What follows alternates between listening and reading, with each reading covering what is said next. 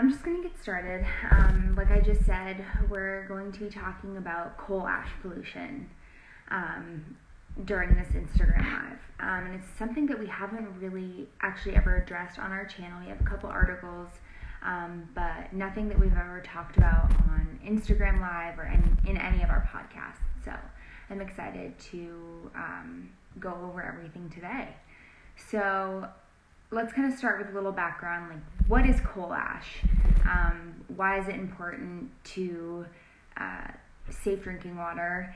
And we'll start with a little background here. So coal ash is just one of the types of byproducts from coal-fired power plants. And coal ash includes a bunch of really nasty contaminants like arsenic, lead, chromium, and a bunch of others. And so there are actually 4 different types of pollution that come from coal ash. So fly ash is one, and that's what actually comes out of the smokestacks. And the ash that you can actually see, there's just coal ash, bottom ash, and boiler slag. So we're really only going to be talking about coal ash and fly ash today. Because those are really the 2 types that contaminate drinking water. So operators of these coal-fired power plants early on understood that coal ash and fly ash were much easier to deal with and manage when actually submerged in water. So they started creating coal ash ponds just because it was easier. The coal ash wasn't flying into the atmosphere. It was safer for the workers at these power plants. So that's where we enter coal ash ponds. So similar to kind of like a retention pond, it's just this dumping ground of all the byproducts from coal-fired power plants. So all of those contaminants, the ash, are in this kind of pool of water that's located in some vicinity near a coal-fired power plant facility. So according to Earth Justice, and as well as some industry data, 95% of coal ash ponds are actually unlined. So the best kind of analogy for this is if you're looking at a landfill, landfills have extensive lining now. They didn't used to, but to make sure that sludge and hazardous chemicals and everything doesn't actually go into surrounding groundwater and soil. So imagine a landfill that doesn't have that same protective lining. That's essentially what we're talking about with these coal ash ponds. So we'll say that again, 95% of coal ash ponds are unlined. There's no barrier between the bottom of the reservoir and soil and groundwater. So that's a really significant number. So kind of in addition to that, coal ash ponds were unregulated until 2015. And when I heard this statistic, or when I heard this number, I was absolutely blown away, because we've been, using coal-fired power plants for decades and decades. So the fact that the first regulation that actually took some sort of action was in 2015. So before then, again, no really protections. There were no criteria for dealing with coal ash pollution. The industry best practice was these kind of unlined coal ash ponds. So that first regulation provided some comprehensive best practices, but again, only enacted 6 years ago. So that's kind of the background. So why are we kind of talking about this in terms of drinking water? So as I kind of alluded to, these unlined coal ash ponds make surrounding drinking water, or surrounding groundwater and surface water, extremely susceptible to pollution. So, if you live in an area that's near a coal-fired power plant and you're on municipal water, Your utility will offer some level of protection against these contaminants that are found in coal ash ponds. However, that protection only reaches as far as regulated contaminants. So any of the unregulated contaminants, the proprietary contaminants in these coal ash ponds, that municipal treatment facility has no idea what they are. They don't test for the unregulated contaminants, and so that just passes through into drinking water, and then when we turn on our faucet, there it is. That being said, so if you're on a municipal utility near a coal ash pond and your water source is contaminated, you will have some level of protection. However, if you are on a private well, you are completely on your own. So this is really where these coal ash ponds become extremely problematic, because private well users have no way of really knowing what's actually in their well, because the contaminants from coal ash ponds are so either they're proprietary or they're really, really expensive to test for.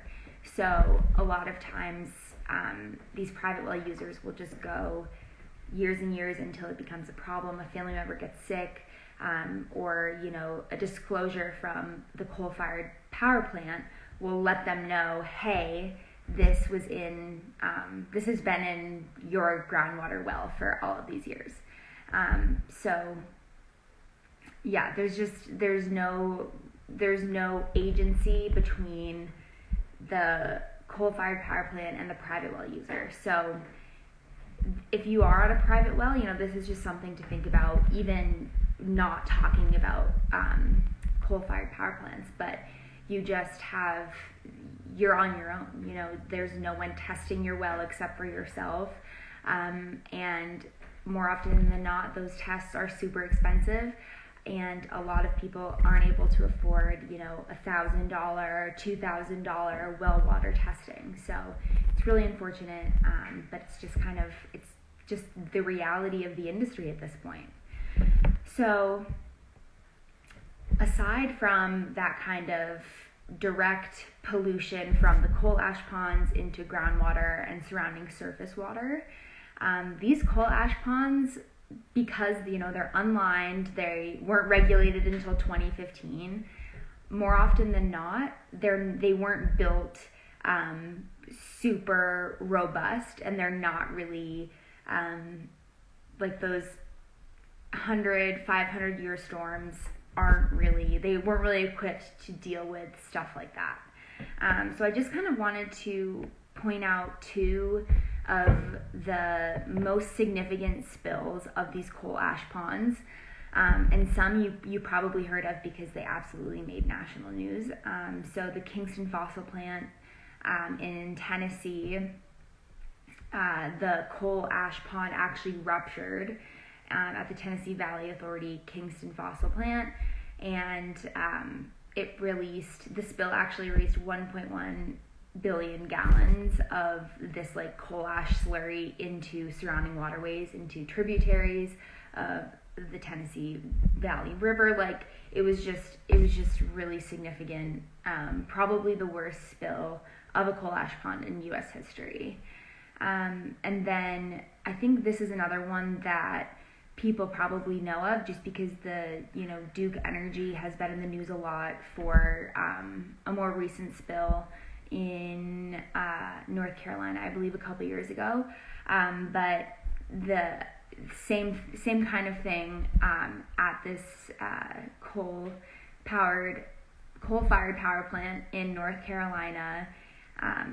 Same sort of thing. The infrastructure of the pond just wasn't robust enough to deal with that much water or a storm or whatever it is, and 39,000 tons of coal ash were dumped into the Dan River, I believe is what it's called. Yes, the Dan River. And the water basically turned black from this coal ash and sludge just being completely dumped all around. So obviously direct impacts to the ecosystem, and then also just long-term impacts to drinking water in the entire area, and other tributaries, groundwater, all just a mess.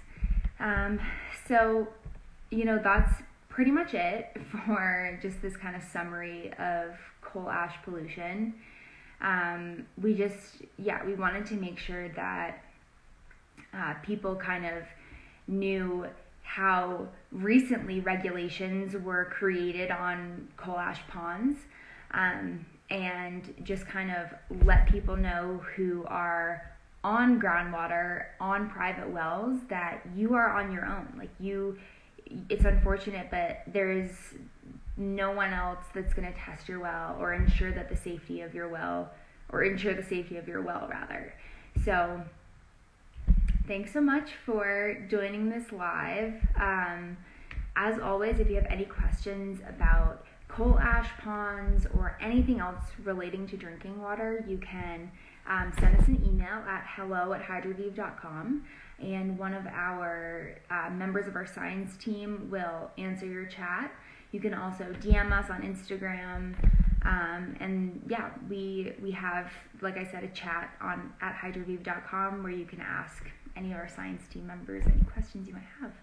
So yeah, hopefully this was helpful, and I think it's also important as we're, well, not yet, but kind of approaching hurricane storm season. So it's just things to be aware of. And if you live near a coal-fired power plant, it's so hard, it's a tongue twister. Coal-fired power plant, just definitely something to be aware of. So yeah, thanks so much. Enjoy the rest of your Wednesday, and we'll see you next week. Bye.